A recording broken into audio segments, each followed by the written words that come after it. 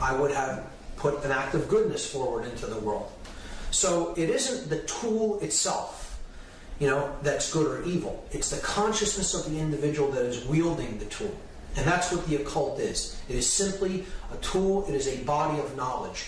And when we get into the word, you look at the word occult, it comes from the same root as the word ocular, meaning related to the eye or related to vision. And that is exactly what the word occult means. The word occult simply means hidden. That which is hidden from sight, hidden from everyday availability or sight. We cannot perceive it because it is cloaked, it is veiled. That is what occult is. All occultism simply means hidden knowledge. Researcher Judith Moriarty made this statement: the greatest conspiracies are not actually hidden. They are just fragmented into different pieces like a puzzle right before our eyes. So this conspiracy that I'll be talking about, this global hegemony of control, this global manipulation scheme, is right in our face, and we can't see it, most of us. It is just beyond the limits of ordinary perception because it is occult knowledge that most people have very little, if any, awareness of. So it's fragmented into different pieces, but it's right in front of us in plain sight, hidden in plain sight, so to speak. Woodrow Wilson described this manipulation.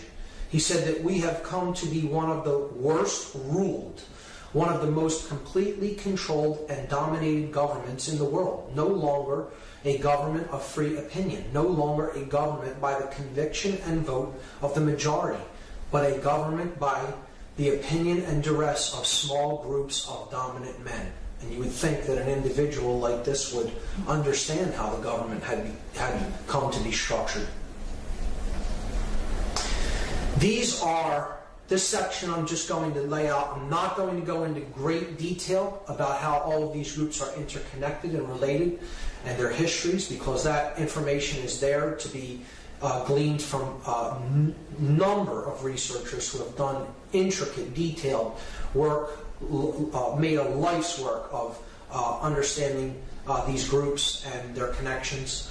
I'm simply going to lay out an overarching idea of who the hidden occult controllers of this planet are, and give you a general idea of the types of organizations that they work for.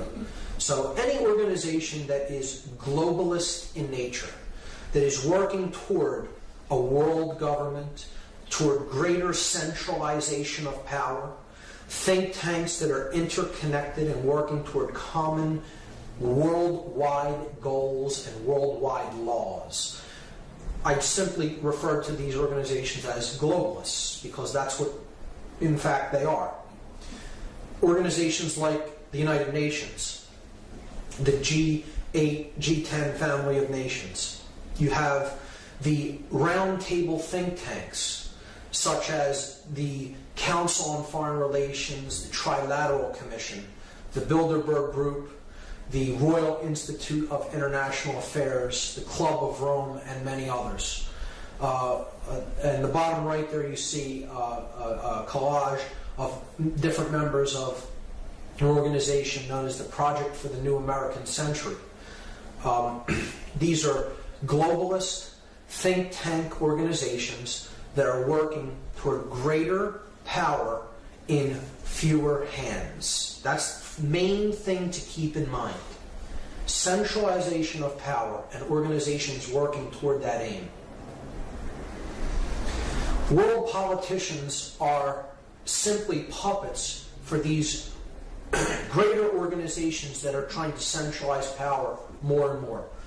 If they're on a scene level, they are probably not very high up in the hierarchy. They are controlled, and they are simply performing their tasks as they are laid out by their masters, by those who really are pulling the strings behind the scenes. But world leaders that are in senior positions of governments are certainly involved in this process of global manipulation. Military Military leaders, strategists, planners at high levels, very involved in this manipulation.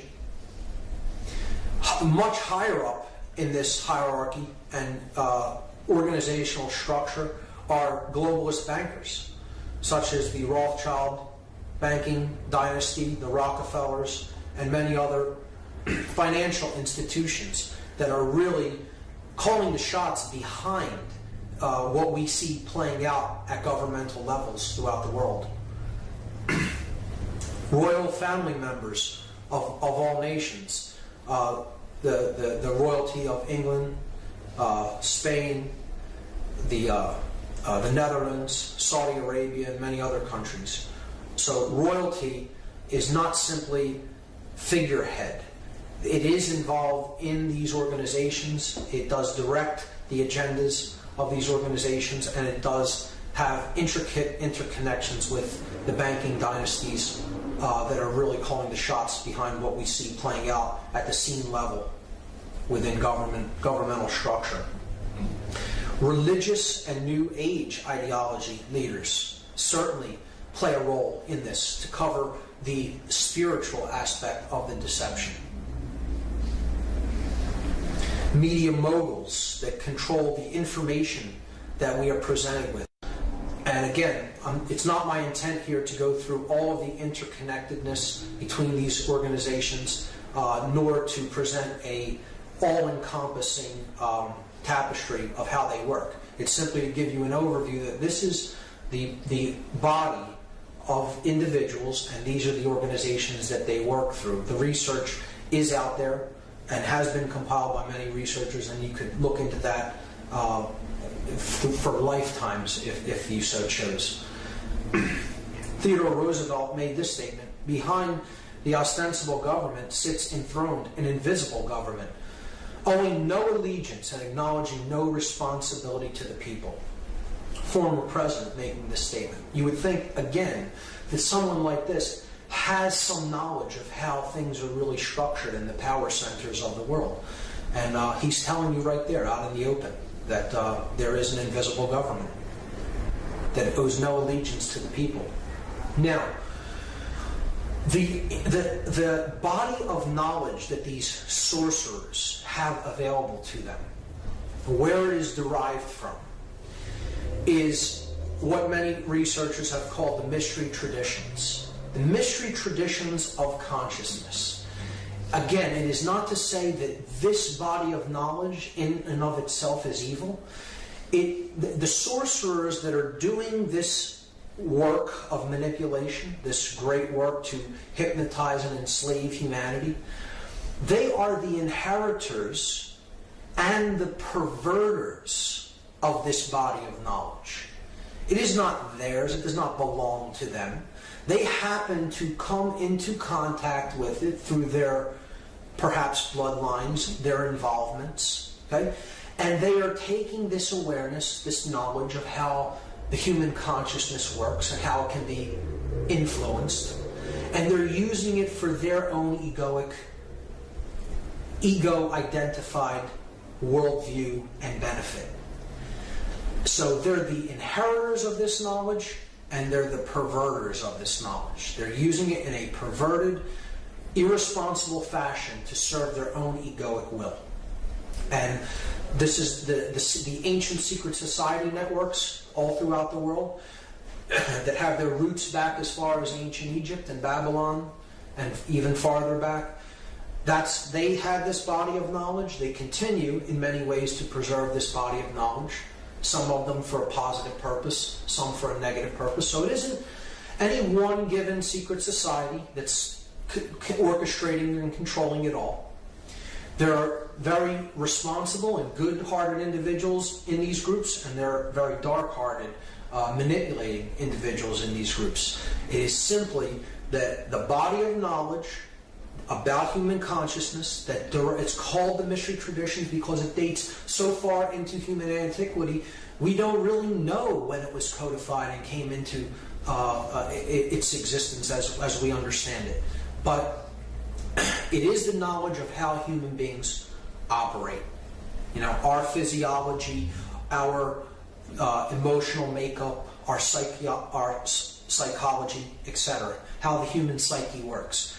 And that is who is really controlling the whole game from behind the scenes, are the people who have this information, have had it for thousands of years, and are using it in a completely perverted way to manipulate people for their own egoic benefit. So that's clear. That's crucial to keep in mind, and to keep it clear that, again, it is not the knowledge of the mystery traditions or the mystery traditions themselves that is evil. It is how imbalanced consciousnesses are using that knowledge to control people. So this is one of the structures of secret societies. In this case, it happens to be Freemasonry. You see that it is a compartmentalized, pyramidal structure. Okay? It's hierarchical. So it's a top-down scheme. Higher levels of knowledge in fewer people's hands as you get closer to the top, and then as you get down near the bottom, there's many more people that comprise that group, but they're less in the know than those smaller groups at higher levels. So it's simply a process of compartmentalization and the hierarchical structure of knowledge. So you want to get to this level, you have to play the game to get up to this level, and then you're initiated into that knowledge. And it is my contention that this is the entire reason that this knowledge has been perverted in the way that it has. This is not a democratization of knowledge. This is elitism when it comes to knowledge. This isn't giving knowledge out to everyone freely, regardless of who wishes to have it. The total distribution, the egalitarian distribution of knowledge would have assured that this knowledge never became as perverted as it has become.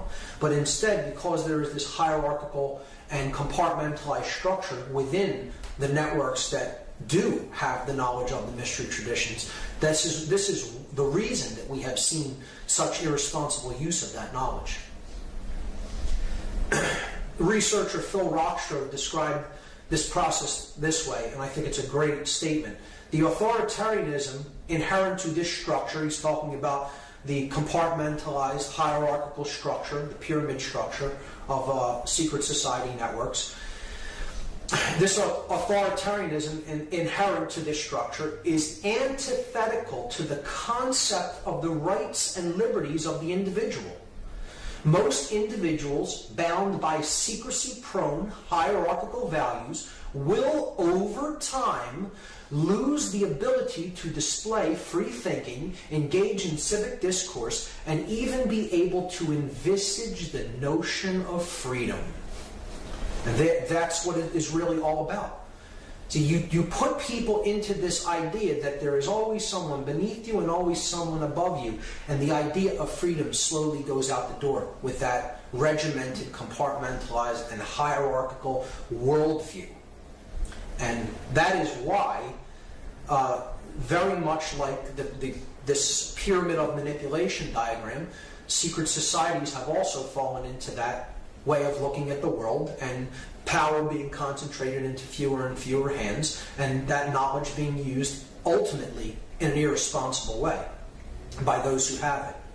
So I'm going to talk about two groups of people. I'm going to talk about the people at the bottom of this pyramid and the people at the top, but not so much those at the top. There's a level even above the top of that pyramid, which I'll briefly talk about. But I want to talk about the people at the bottom of this pyramid, those who really aren't in the know, those who really are suppressed by this manipulation that's at work. And the group that I perceive as being the most suppressed, the most damaged by this level of manipulation that is taking place. You would think it's just your average citizen, your average person, but it really isn't. There is a group that is even more manipulated, that is even more held in deep levels of unconsciousness and fear, and in being cut off from their true divine nature, being cut off from the ever-present and ever-flowing dynamic energy of consciousness and love. And these are the people who I would consider at the very, very bottom of this pyramid with the most weight pressing upon them. And it is the controllers of the world, the military and the police. These are the people who are the most victimized by this hierarchical structure of manipulation. Sadly, they're often the people who understand how this dynamic is at work in the world more than anybody else. They don't understand it more so than anyone else.